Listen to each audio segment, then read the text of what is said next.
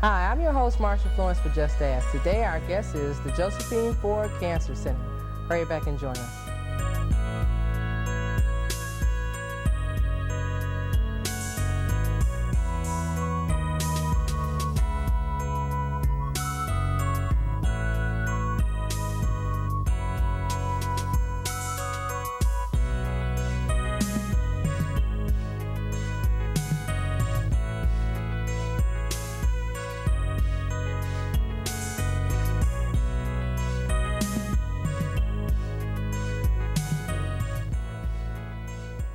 Hi, I'm your host, Marsha Florence for Just Ask. Today we have with us the Josephine Ford Cancer Center. Our guest is Dr. Molly Gable and Dr. David Nathanson. Hi, Dr. Gable. Hi, Dr. Nathanson. How are you? Good. Hi. Thanks for having us. Thank you for having us. Thank you for coming. Now, this is a very special show for us because we're not familiar with having doctors on our show. So we'd like to ask you a question. Can you tell us what your title is as a doctor? Yes, I'm an oncologist, which means I take care of cancer patients, and I'm the medical director. I coordinate the services at our regional site in West Bloomfield. Okay. And Dr. Nathanson? I'm a surgical oncologist, and my special interest is in breast cancer. And I'm director of the breast cancer care program at the Josephine Ford Cancer Center. Okay. Now, give us a little history, either one of you, on the Josephine Ford Center. Well, it basically became a formal entity about 4 years ago due to a very generous donation from the Ford family. And before then, although we offered a variety of services, that was kind of the impetus to really move forth and improve our services. Some term our cancer center as a cancer center without walls, and that's because instead of building a building and having people come to us, we provide the services at 4 sites. So at our main campus at Henry Ford Hospital downtown, we have a regional site in the Downriver area, one in the Northeast region in Mount Clemens, and then in West Bloomfield. Okay. All right. Now, your role there, do clients actually come from various centers or locations? How do they end up at your site? The way it was actually designed is that most people in the Detroit area only have to drive maximally 20 minutes to get to any one of our sites. So at West Bloomfield, we see mostly Oakland County, although we do see Western people who live in Western Detroit as well. Okay. Now, what type of services are offered at the West Bloomfield? Actually, all the services that you would get at a hospital. So if someone is diagnosed with cancer and needs medicines, chemotherapy, radiation, they can actually get their entire workup, which is all the tests necessary before they get treatment, and get all their treatment out at West Bloomfield rather than being hospitalized. And that's much more healthy for the patient to be nearer to their home. Now, is that like no, I shouldn't say ambulatory. Yeah, that's exactly what it is. Okay, yeah. Okay. And for our listening and viewing audience, we should note that ambulatory is in and out type services. Right. That's what's called outpatient services. Okay. What is so unique about this particular cancer organization? I think it's our philosophy, and part of it comes from our infrastructure at Henry Ford Hospital. I'm happy to say that I work with wonderful doctors like Dr. Nathanson, and our philosophy, we've been working really for the past 5 to 7 years of trying to change the way we act as physicians for our patients. Just to give you a little background to understand how we change things, if someone is diagnosed with cancer, they're told usually by their surgeon, and then that doctor tells them, now I want you to get a chest x-ray, and I want you to get these blood tests, and I want you to see Dr. X, Y, and Z. And they may help a little bit with the appointments, but basically it's up to the patient to make all these appointments, particularly doctor appointments, which take 2 weeks to get in. Right. Take days off of work. Their family can't come because they can't miss 4 or 5 days of work. And so we're talking upwards of 2 months before the actual cancer treatment starts. And we felt that although we were delivering quality care from a medical standpoint, that maybe we should change our philosophy. And what we did as a group, we said, you know what? Instead of making all these, instead of us being passive and making the patients come find us, we're going to make it easier for them. So we offer basically one-stop shopping. So if someone is diagnosed with breast cancer, for example, they're offered 1 clinic visit where we come from our separate offices and come in and see the patient that same day. So they meet all the doctors, they get all the tests, they get social support that they need from both patient volunteers and from our social workers.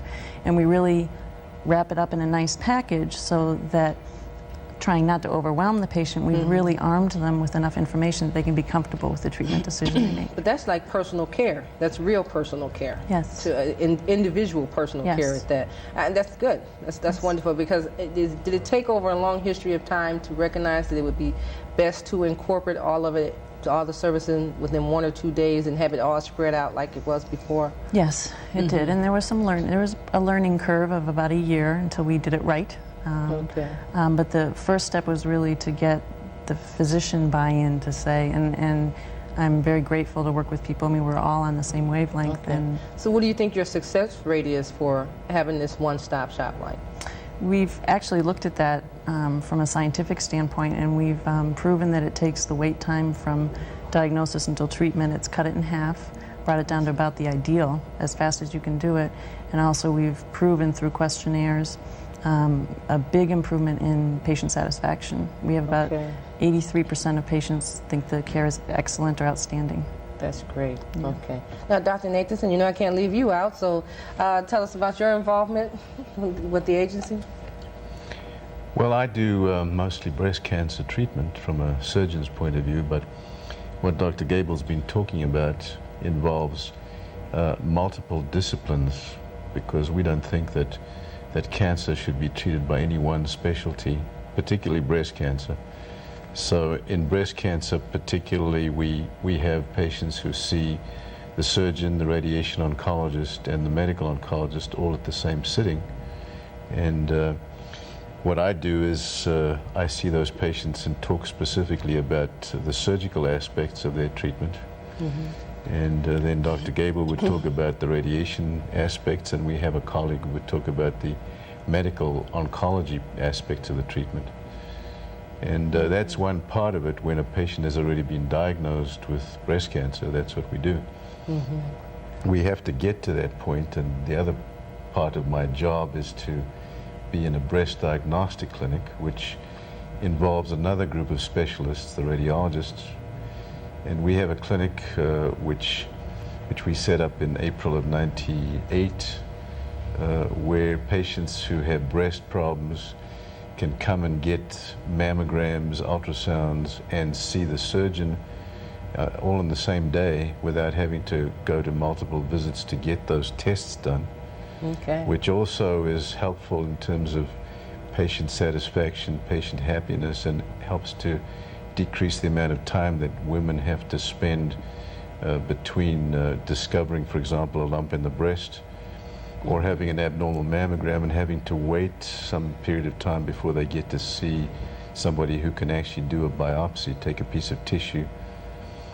So those are the two major components of what I do in terms of breast care.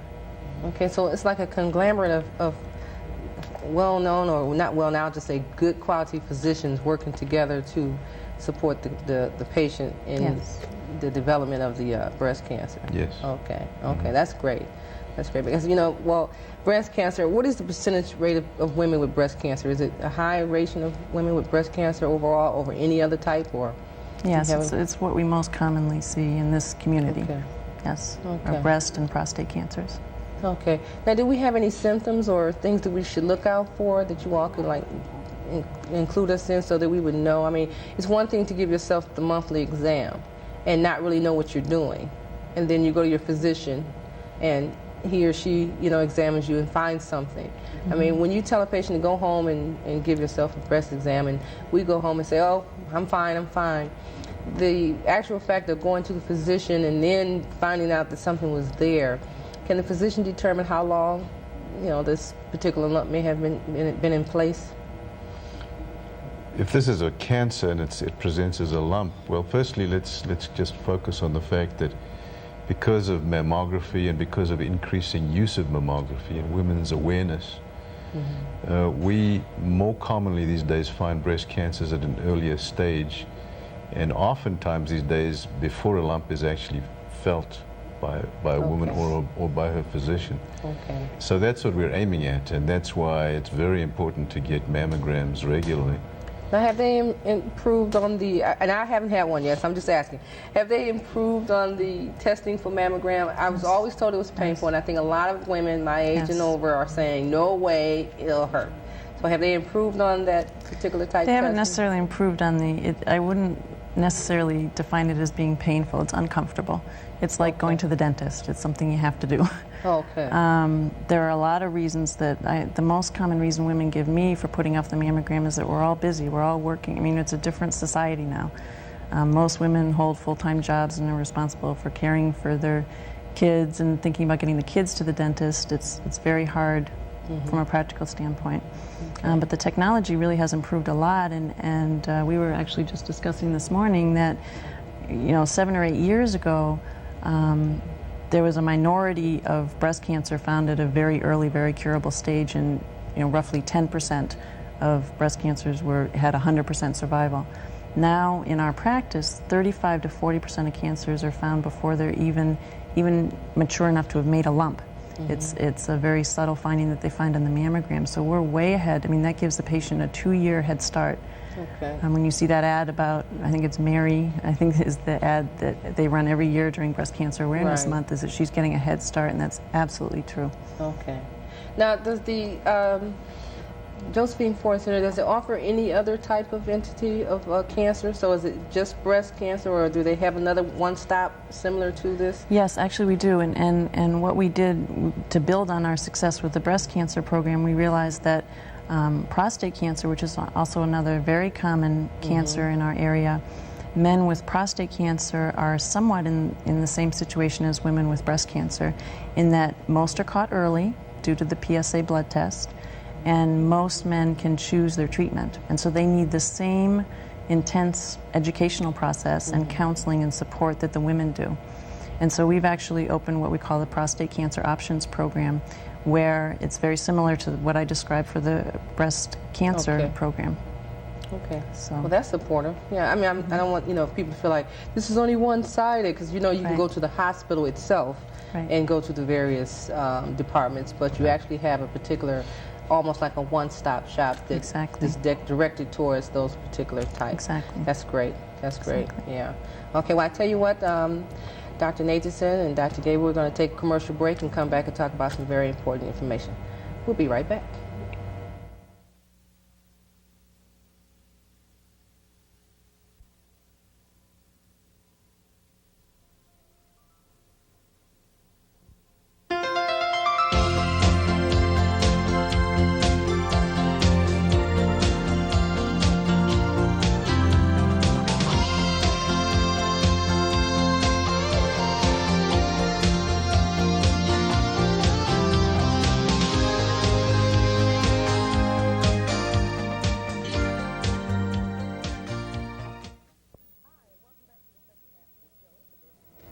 Hi, and welcome back to the second half of the show. For those of you who are just now joining us, we have the Josephine Ford Cancer Center.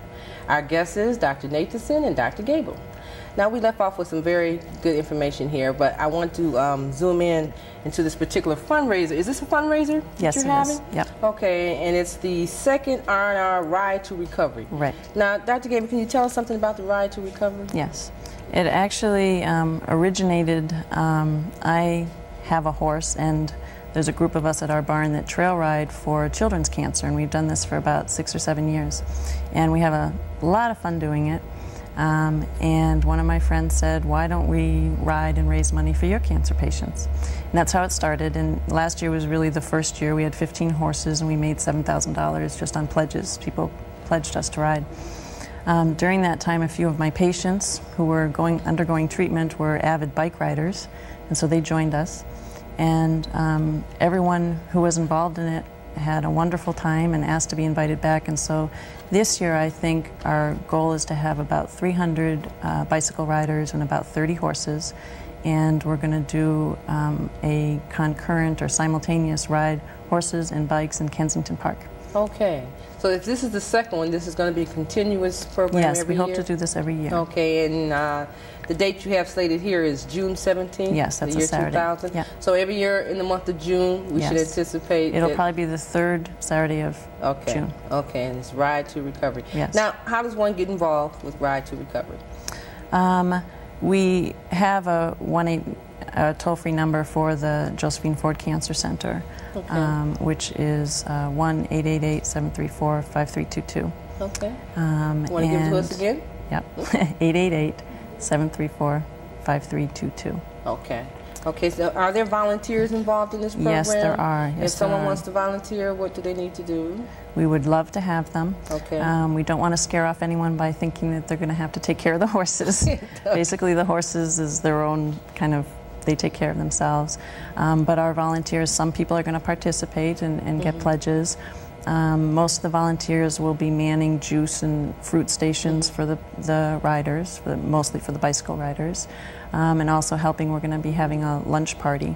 And so the volunteers will be helping people register and find the food and Okay. orient people. Now, will this program benefit the West Bloomfield facility? Yes, the two purposes of this event are, one, to increase the visibility so that people in Oakland County realize that they have a very good institution right in their backyard and all that we have to offer.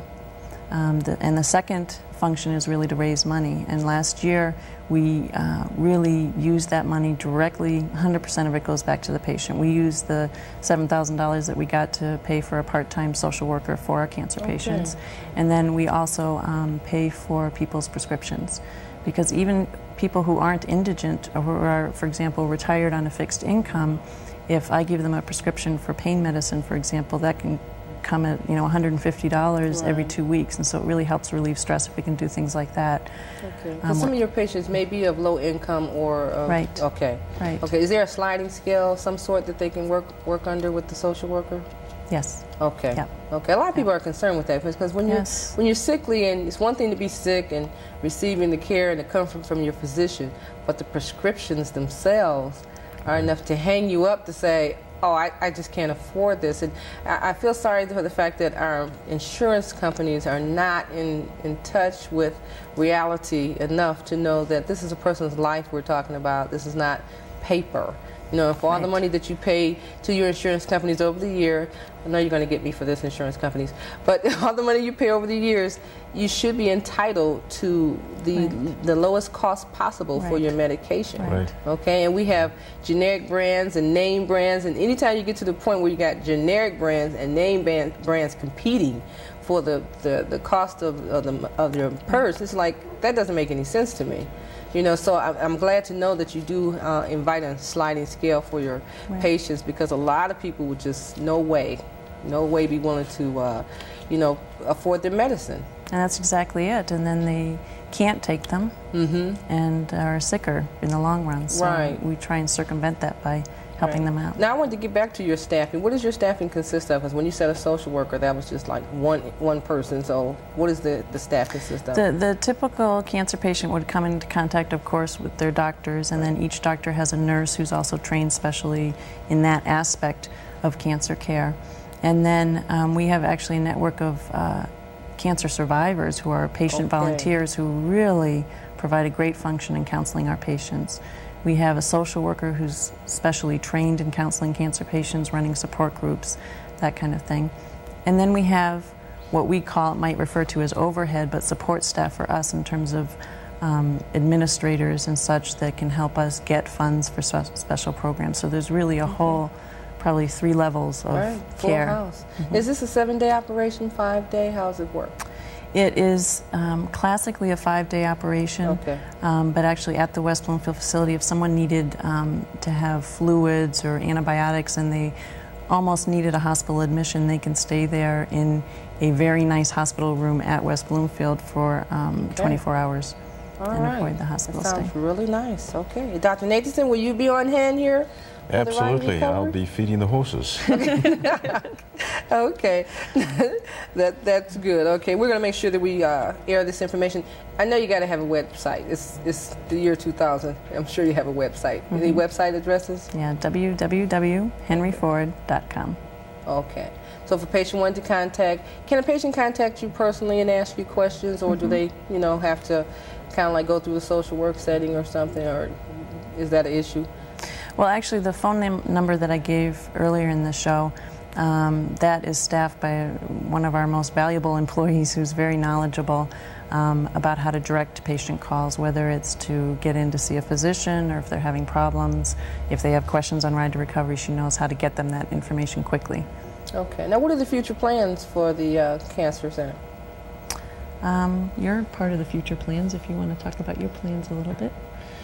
Well, our most important area of interest in terms of breast cancer and breast care is to make sure that the technology that's available, which is quite spectacular, it's changed a lot in the last few years in terms of making a diagnosis. I've talked a little bit about mammography, but we're very anxious to get at the Henry Ford West Bloomfield facility. We're very anxious to get what is known as a stereotactic core facility, which is a special apparatus which contains a computer and an X-ray and a special table that will allow us to diagnose breast cancer with a needle rather than having to do this with an open biopsy in the operating room. Okay. Now, this is available already in our system, but patients have to go downtown to the main campus to get that done. So from my point of view, I'm looking forward immensely to the time when we have that available at the West Bloomfield Center. So that's in the future plans. We're also continuing to improve the turnaround time. Right now, we're very proud of the fact that we think we have the best show in town in terms of patients not having to wait long periods of time for diagnosis. And our policy is to make sure that nobody has to wait longer than 6 days. If a woman wakes up on a Sunday morning and she's very anxious because she's got a lump in the breast and she wants to get a diagnosis, we have easy availability within 2 to 3 days of getting into the clinic to see us to make a diagnosis, and that diagnosis should be available within 2 to 3 days of that visit. And we think that that's pretty unique for this part of the world. So we're hoping to expand those services. We're also hoping to establish a high-risk breast cancer clinic.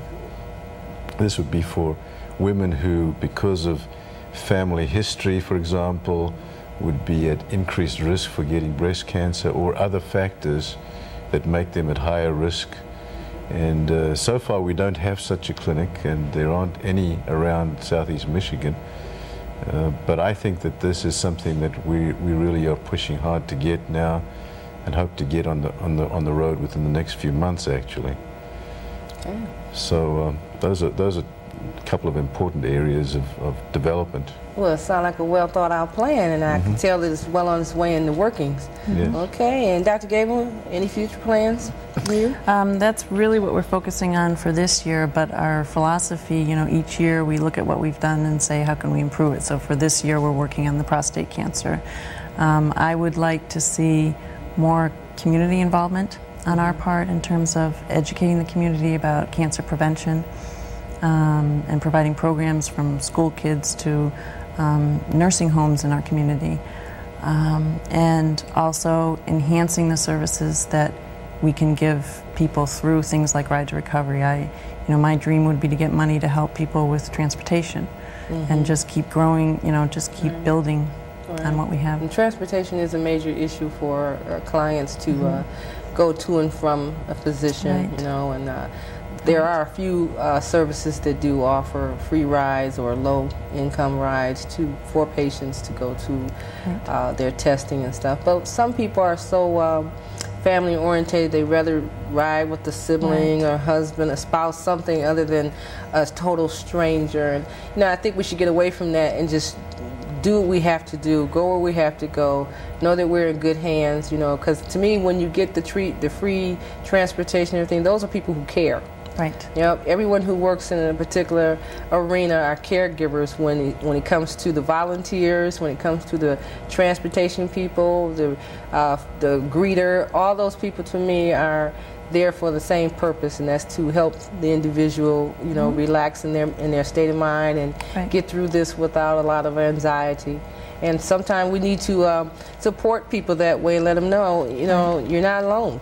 Right. Okay? So I think you guys are doing an excellent job. Not a good job, but an excellent job, and we look forward to airing this show. Most of all, we do want to include the fact that this is the second annual Ride to Recovery, and this is scheduled for June 17th, 2000. It's 9 a.m. to 2 in the afternoon, 2 p.m. Yep. Okay, and Dr. Gable, can I get you to give me that telephone number again in case we have some volunteers who would be interested in coming out and helping? Sure. It's 888-734-5322. Okay, and website? Is www.henryford.com. Okay, now on the website, patients can find out, or persons can find out general information about all the facilities? Or, Yes, you know, yes. What is on the website? Is it just the West Bloomfield, or? No, it's whole all of the Henry Ford Health System. Okay. And it's actually very easy to navigate once you're on it. You can just click on the Cancer Center information, and that'll guide you through. Okay, for those computer whiz, because we know technology is at its best now with the computers. If you don't have a computer, it's almost like you're not in touch. So I'm not in touch, but I'm working on it. Okay. Well, we'd like to ask you to come back to our show at any time, and we'll definitely try to come out and catch the Ride to Recovery information and shoot some video footage and bring it back, and ask you to come back and join us again. And that would be wonderful. You know, let us know what we can do, and we'll definitely get the word out for you. Okay. Thank you. Great. Well, I want to thank you both so much. Thank you. Thank you for having us. Well, ladies and gentlemen, these are very special shows to us, and anybody has any questions, please feel free to call us here at the Just Ask Foundation. Our phone number is 248-988-0250. Anytime you have a question, comment, or concern, you can always call us, and if you haven't seen the show yet, drop us a line and we'll try to find something for you that you're interested in. But you all know who I am. I'm your host, Marsha Florence, for Just Ask. And as I always say, if you know someone with a disability, don't be afraid to ask. Just ask. I'm your host. Thank you.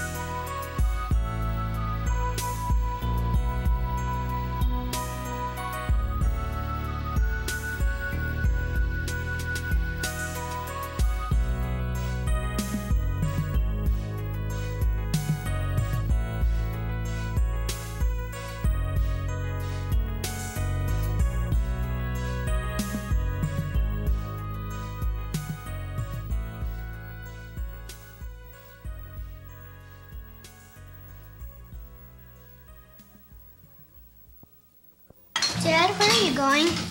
I'm gonna play a little golf. Why? Because I really like golf. But why? Good question. It does take up a lot of time. Maybe I could spend a few more Saturdays doing something with you. Hey, Dad? Huh? When? Family. Isn't it about time? From the Church of Jesus Christ of Latter-day Saints.